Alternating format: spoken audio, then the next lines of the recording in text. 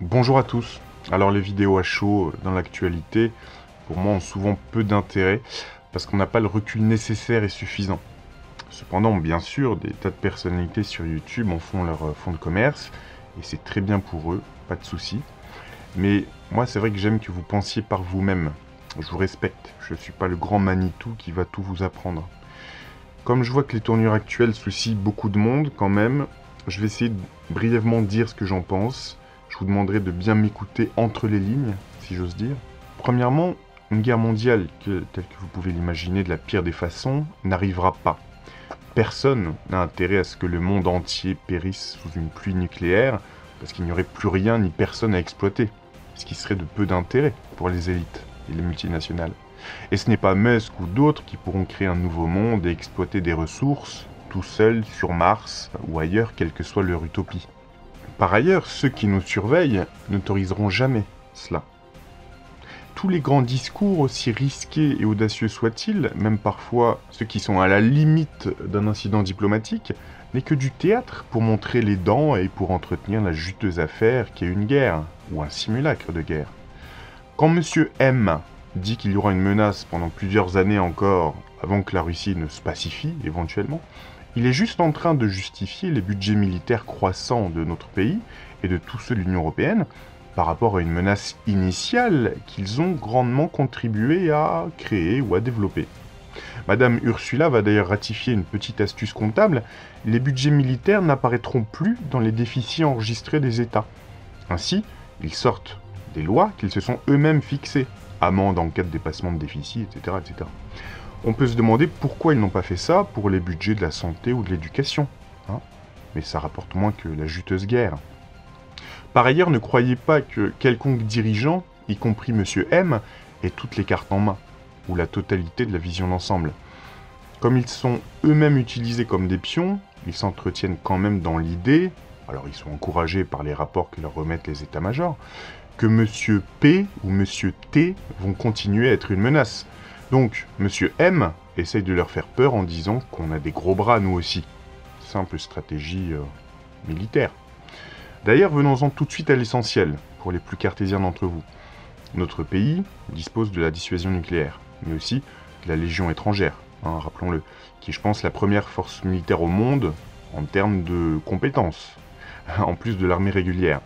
Vous pensez donc bien que, même si une menace militaire directe de Monsieur P il y avait, ce qui n'arrivera pas, et que l'Europe n'arrivait pas à se mettre d'accord sur une force armée commune, ou à toute intervention de l'OTAN, etc., croyez-moi que les forces françaises sont déjà bien dissuasives, malgré tout ce qu'on peut dire.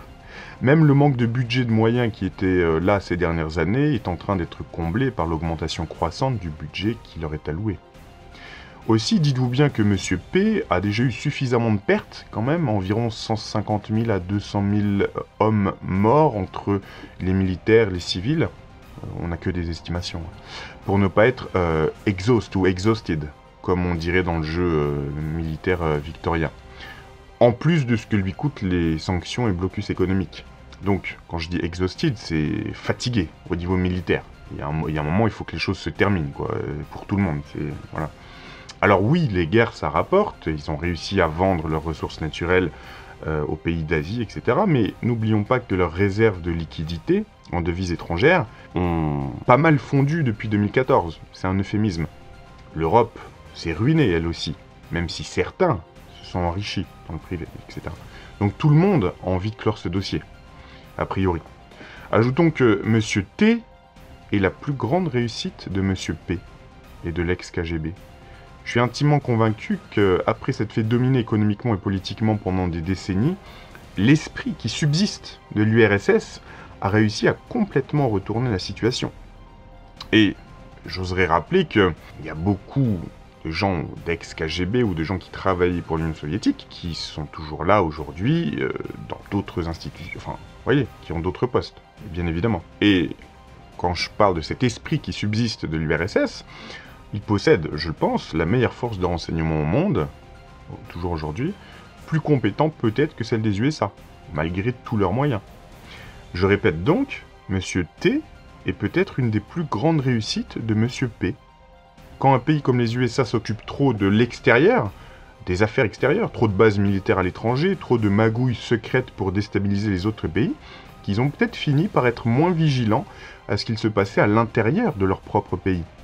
Et c'est peut-être très bien ainsi, dans le sens où ça rétablit un peu l'équilibre des choses. Donc, pour la faire courte, Monsieur T va faire vite pour donner ce que souhaite Monsieur P, fin de l'histoire, et Monsieur Z aura été un pantin qui fait semblant de s'indigner pour son pays, un monsieur qui était acteur, faut pas l'oublier, et on avait bien pris soin d'habituer la population de son pays avec une des émissions les plus regardées à l'époque, en Ukraine, dans laquelle il jouait un professeur qui, tout d'un coup, accédait à la présidence de son pays. C'est de la programmation prédictive.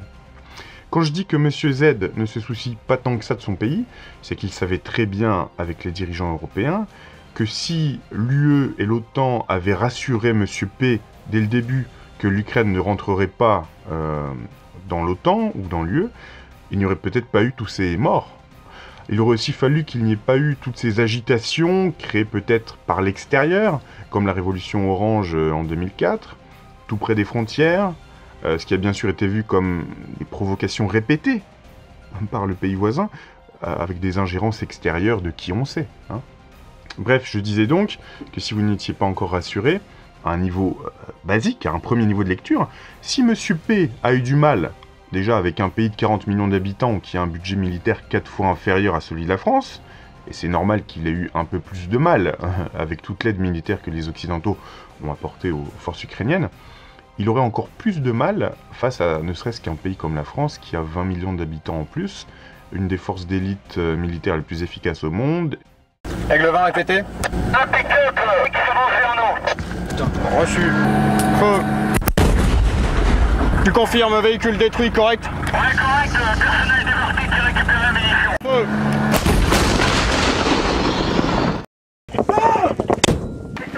J'ai visuel 100 mètres à droite, clos sur la ligne de crête des départs des troupes.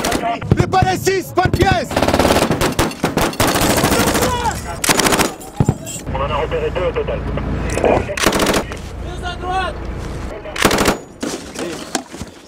Nettoyez tous les charges, ramassez tout. Et une bonne armée. Tout le monde essaye juste de s'en tirer la tête haute pour un truc de plus qui aura été minable. Monsieur P me fait juste penser à Michel Muller dans le film Wasabi, hein, qui n'arrive que bien après que toute la mafia a été décimée par Jean Reno à l'intérieur de la banque, et qu'il brandit son pistolet alors que tout est déjà réglé. Ça y est, c'est fini.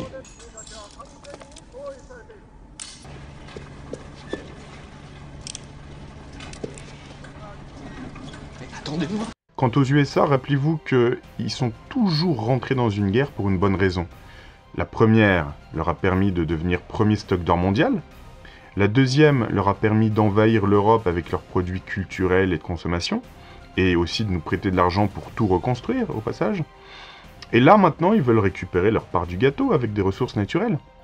Et Monsieur T n'est qu'un rouage. Il est bien évident que tout cela a été décidé avant, même ne serait-ce que voter les budgets, les décisions militaires, etc.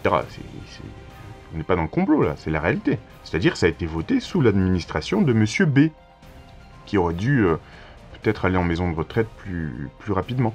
C'est juste que ça devient visible à présent que les USA abattent leurs cartes, ils abattent leur jeu. C'était un bluff où ils montraient pas clairement leurs intentions, et maintenant ils se sont forcés de les montrer parce que tout s'accélère. L'administration américaine occulte se sert aussi de Monsieur T pour faire le bourrin de service. Ainsi, on peut mieux faire passer des objectifs qui étaient inavouables sous la précédente administration, par exemple. Tous ces gens, tous ces dirigeants n'ont pas la vision d'ensemble et ils essayent juste de se donner le bon rôle, à peu de frais, et aussi, je le rappelle, de justifier auprès du grand public l'augmentation exponentielle des budgets militaires et de renseignement. Ce n'est pas à moi de dire si c'est bien ou pas. Je regrette juste tous ces morts et j'aimerais bien que les guerres se terminent, pour toujours, vous voyez.